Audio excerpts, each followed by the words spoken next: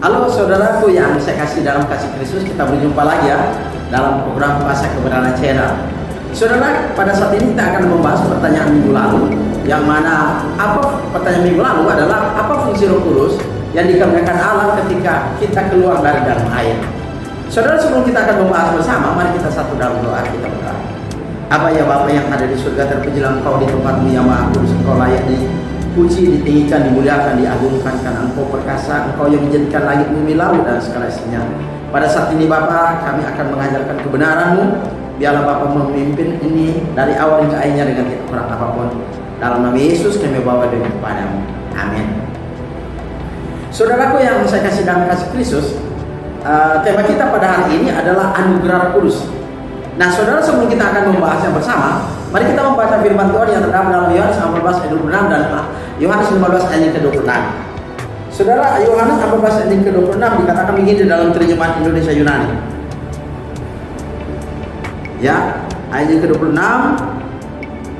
Tetapi penolong, yaitu Roh Kudus, yang akan diutus oleh Bapa dalam namaku, dialah yang akan mengajarkan segala sesuatu kepadamu dan akan mengingatkan kamu akan semua yang telah kukatakan kepadamu. Kemudian saudara, Yohanes 15 ayat 26 dikatakan begini saudara. Jikalau penolong yang akan kuutus dari Bapa datang, yaitu Roh kebenaran yang keluar dari Bapa, ia akan bersaksi tentang aku. Ya, saudaraku yang saya kasih dalam kasih Kristus, tujuan tema kita pada saat ini adalah untuk mengajarkan kepada semua umat manusia bahwa ketika kita keluar dari air baptisan, itu rencana kekal Allah, itu kita mendapatkan anugerah Roh Kudus. Itu dijelaskan Petrus pertama kali dalam khotbahnya dalam Kisah Rasul 2 ayat 38, ketika Petrus mengimbau agar orang Israel yang membunuh Yesus itu harus bertobat dan memberi diri dibaptis. Nah saudaraku yang saya kasih dalam kasih Kristus, kita akan membahas pertanyaan minggu lalu yang diajukan. Pertanyaannya adalah, apa fungsi Roh Kudus diberikan Allah kepada seseorang setelah keluar dari dalam air atau selesai dibaptis? Nah saudara, ini menunjukkan kepada kita bahwa ternyata Allah ketika kita dibaptis masuk dalam air, itu setelah kita keluar, itu kita disebut hidup yang baru. Itu dalam Roma 6 ayat 3 dan 4. Kemudian saudara, kita mendapatkan anugerah Roh Kudus. Nah yang menjadi pertanyaan saudara adalah, apa fungsi Roh Kudus, anugerah Roh Kudus yang kita terima dari Allah itu sendiri? Mari kita belajar saudara bersama-sama pada saat ini. Saudara, jawaban perjanjian baru untuk pertanyaan ini adalah pertama, ya, apa fungsi Roh Kudus, anugerah Roh Kudus yang kita terima ketika kita keluar dari dalam air baptisan itu? Itu yang pertama saudara, supaya Roh Kudus itu diam dalam diri hati kita.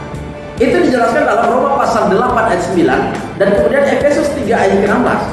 Itu yang pertama. Yang kedua saudara, apa fungsi anugerah Roh Kudus ketika kita keluar dari air baptisan, kita menerima anugerah Roh Kudus dari Allah? Yang kedua saudara adalah untuk membangkitkan tubuh kita yang fana ini dengan roh yang diam di dalam hati kita. Efesus 3 ayat ke-16 itu. Nah itu saudara, membangkitkan tubuh kita yang fana ini dengan roh yang diam dalam hati kita. Di mana ayatnya? Roma pasal 8 ayat 11. Yang ketiga saudara, apa fungsi anugerah Roh Kudus ketika kita dibaptis? Allah memberikan anugerah Roh Kudus. Yang ketiga saudara, untuk menyatakan bahwa kita adalah anak Allah, anak angkat Allah. Sekali lagi, untuk menyatakan bahwa kita adalah anak angkat Allah. Bagaimana kita tahu? Itu dijelaskan dalam Roma pasal 8 ayat 15 sampai 16. Yang keempat saudara, untuk apa fungsi anugerah Roh Kudus yang diberikan Allah kepada kita? Yang keempat saudara adalah untuk membantu di dalam kelemahan kita. Ya, di dalam kelemahan kita, karena kita tidak tahu bagaimana kita berdoa, dan itu Roh Kudus bermanifestasi dan Roh Kudus itu yang akan mentranslate itu kepada Allah Bapa yang di surga. Bagaimana kita tahu? Itu terdapat dalam Roma pasal 8 ayat 26-27. Yang terakhir saudara, yang kelima adalah apa fungsi anugerah Roh Kudus yang kita terima setelah kita keluar dari dalam air baptisan itu?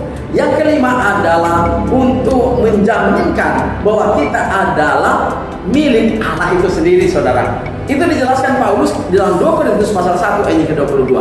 Dengan demikian, saudara, ini menunjukkan kepada kita bahwa ketika kita keluar dari dalam air, itu kita mendapatkan anugerah Roh Kudus.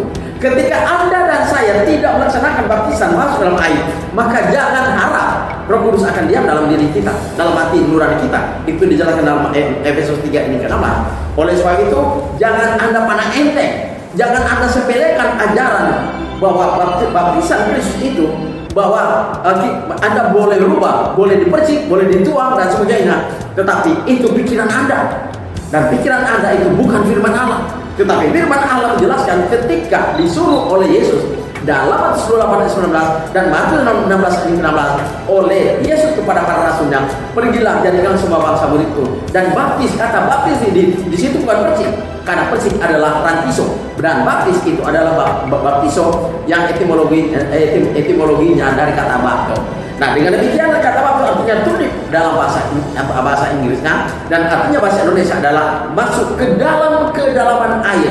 Bahasa Yunani-nya masuk ke dalam kedalaman air. Air, saudara, adalah eistoudon.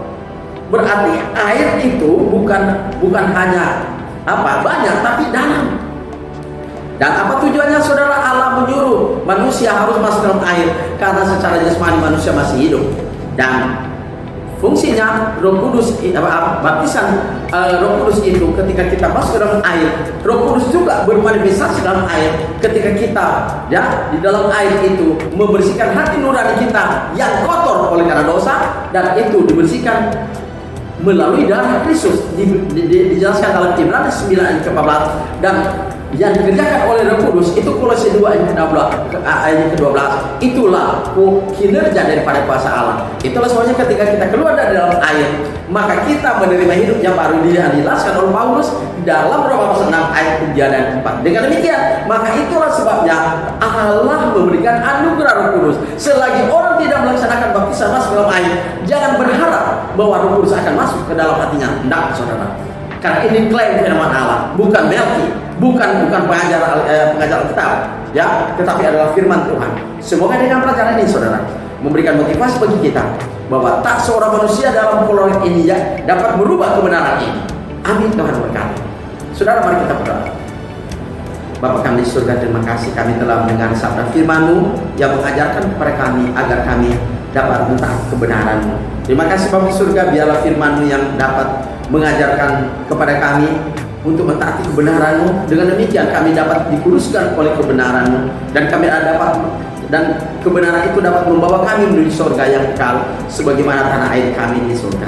Terima kasih Bapa, inilah doa dan permohonan kami dalam nama Yesus kami bawa doa kepada. Amin. Saudaraku, apabila saudara memiliki pertanyaan, hubungi nomor saya di 0853 40 42 9873. Tuhan memberkati.